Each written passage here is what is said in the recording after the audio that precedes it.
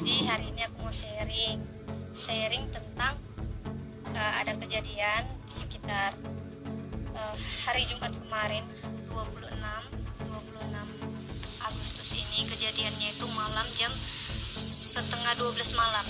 Jadi aku mau cerita kronologinya dulu nih. Nah, sebelum kejadian di tanggal 26 ini terjadi, jadi aku ada seminggu yang sebelumnya aku ada pesan kemiri dari luar kota karena aku ada usaha buat minyak kemiri asli.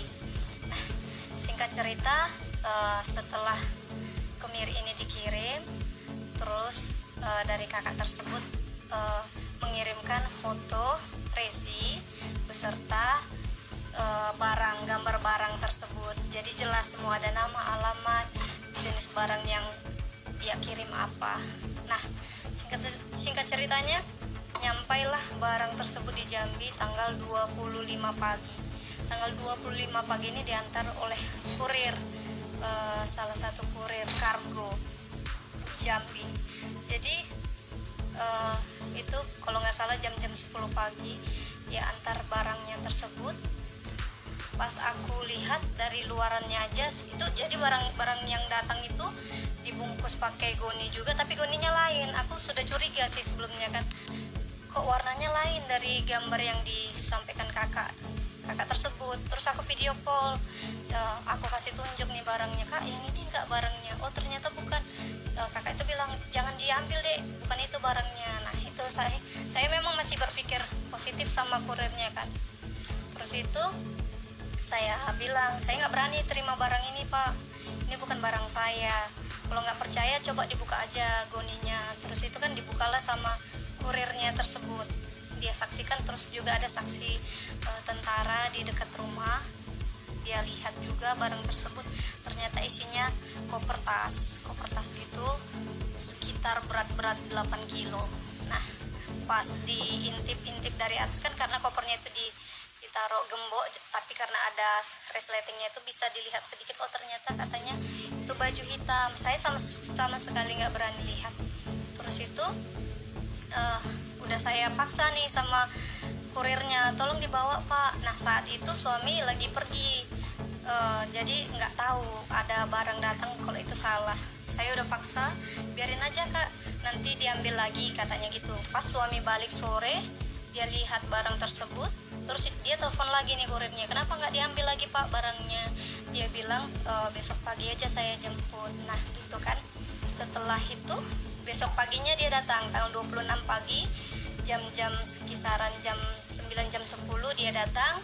Dia antar juga kemiri saya yang asli satu goni, beratnya 25 kilo. Terus dia bawa balik lah itu tas koper kain itu. Tapi malamnya itu saya udah nggak enak, udah feelingnya juga nggak enak pak, itu tasnya dikeluarin aja. Kita juga ada sempat diskusi, itu jangan-jangan korban mutilasi ya katanya kan. Tapi pas saya deketin kok nggak ada aroma kan gitu kan. Rupanya tercetus juga suami, jangan-jangan itu narkoba. Tapi kan karena tadi pikiran kita itu cuman ya nggak kepikiran apa ya, maksudnya masa iya, tapi cuman tercetuk seperti itu gitu. Cuman kita nggak sampai melaporkan atau seperti apa gitu kan, karena juga sudah besok paginya diantar barangnya. Puji Tuhan udah sampai bukan minyak kemirinya 25 kilo, dan tas tersebut juga dibawa sama kurir tersebut. Malamnya jam setengah 12, pas kita udah mau tidur, mau berdoa, tiba-tiba ada yang gedor dengan suara yang sangat kuat, dengan cara yang sangat kasar. Terus itu diintip suami dari jendela, dia pikir orang mabuk kan, sampai dia ambil senjata, parang panjang, dia ambil parang panjang. Terus itu dia lihat udah rame, ternyata di luar rame. Terus itu dia gedor-gedor dengan cara yang sangat kasar. Terus itu sampai cakap-cakap yang kotor gitulah. Dia gedor jendela kami, terus dia bilang nanti kami pecahkan ini kaca, terus ini kalau tidak dibuka pintunya mobilnya akan kami rusak gitu kan, pakai linggis. Pokoknya dengan cara yang mengerikan, sampai anak saya juga ketakutan. Lampu kami dimatiin dari listrik depan. Terus itu sekitar hampir 10 menitan baru RT datang. Ternyata ada Pak RT di luar. Akhirnya kami berani buka pintu, tapi kami nggak berani buka teralis, hanya pintu depan aja. Tapi sebelumnya kita udah telepon keluarga, kita pikir kan orang jahat ya. Terus kita udah telepon keluarga, nah keluarga itu udah pada di jalan. Pas kami udah buka pintu kayu, mereka langsung bilang gini, "Bapak narkoba," katanya gitu. Kami kaget sekali, narkoba apa kan gitu kan. Iya, buka dulu ini pintunya, kamu ini nggak sopan, kamu orang Batak kan, saya juga orang Batak. Dia bilang seperti itu kan, dengan cara yang sangat kasar itu kita nggak terima. Akhirnya datanglah keluarga yang sudah kita telepon ini. Udah saya itu mantan polisi, jadi dulu dia pernah bertugas di Aceh sebelumnya kan. Dia datang, terus baru kami berani buka teralis. Akhirnya dia jelaskan, "Bapak ini narkoba," dia bilang seperti itu. Terkaget kami semua, dia minta paksa HP suami saya. Dia bilang barang bukti sudah dihapus, dia bilang seperti itu kan. Akhirnya polisi-polisi tersebut dinasihati sama budak saya, dan tiba-tiba saya teringat, narkoba apa mereka cari paket yang tadi pagi gitu. Saya terpikir seperti itu kan, karena saya udah foto juga barang tersebut. Terus itu saya kirim ke kakak yang pengirim kemiri kan, saya tunjukin, "Kalian cari barang ini kan," saya bilang gitu kan. Terus itu saya kasih tahu, ini barangnya sudah diambil sama kurir Indah Kargo. Nah seketika muka polisi tersebut ini berubah kayak gitu. Oh, ternyata barangnya sudah nggak di sini. Nah, dapat cerita dari tetangga, ternyata ada kurang tahu juga satu atau berapa polisi ya, mereka sudah intai dari jam 2 sorenya sebelumnya. Mereka pura-pura nyamar, jadi ya kayak misalnya mereka bilang mau bikin TV kabel ada di sebelah sana gitu. Pas ditanya-tanya yang mana alamatnya nggak tahu, tapi mereka bilang ya mereka itu ngaku-ngaku seperti itu. Makanya pas mereka datang ke rumah, udah saya bilang, "Mana surat penyelidikannya," seperti itu kan.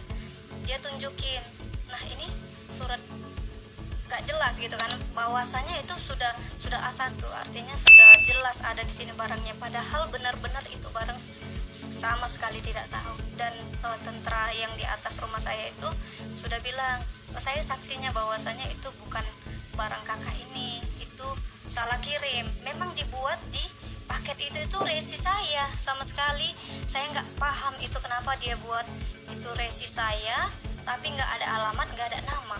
Sementara barang yang datang itu, barang yang saya yang asli itu ada resi saya juga gitu, ada resi saya juga, dan ada nama lengkap saya, ada semuanya lengkap gitu, barangnya juga benar kayak gitu." Dan singkat cerita, akhirnya semuanya udah nyata, nggak ada barangnya ditemukan. Dan udah saya yang masih sebagai polisi juga datang, dan puji Tuhan semuanya sudah selesai. Sampai saat ini juga masih ada rasa trauma seperti itu, trauma dengan cara mereka yang kasar. Sampai kita juga sempat nginap ke rumah keluarga, nggak berani di rumah seperti itu kan, karena anak juga kayak ada traumanya. Jadi yang mau saya sampaikan untuk teman-teman semua, berhati-hati untuk ketika kamu ada pesan sesuatu atau ada paket yang datang tidak ada nama, tapi ada tertulis resi kamu di situ, itu jangan mau terima. Misalnya kamu udah tahu itu barang bukan punya kamu, bilang aja sama kurirnya, "Ini bukan punya saya." Kalau kurirnya bersikeras nggak mau ambil, campain aja di depan dia seperti itu. Nanti bapak saya tuntut kalau misalnya bapak memaksa saya mengambil barang yang bukan milik saya. Itu pengalaman yang luar biasa buat kami, karena bayangin itu memang udah Tuhan atur semuanya, Tuhan atur untuk menolong kami. Sampai seharusnya pada hari H itu tuh udah saya yang purnawirawan itu pergi keluar kota, tapi ya puji Tuhan malam itu dia nggak pergi. Jadi ketika saya telepon anak muda saya, dia ada di rumah, langsung mereka datang rame-rame ke sini gitulah. Itu kisah pribadi yang sangat luar biasa buat kami, pelajaran yang luar biasa buat teman-teman juga. Berhati-hati siapapun itu ketika menerima paket, boleh kita buka langsung gitu. Nah, apa itu barangnya, seperti itu. Jangan pernah ada rasa khawatir untuk membuka. Ketika kita benar itu jangan pernah khawatir untuk mengatakannya, seperti itu teman-teman. Kiranya kita senantiasa dalam perlindungan Tuhan dan dijauhkan dari hal-hal yang tidak baik dan tidak benar.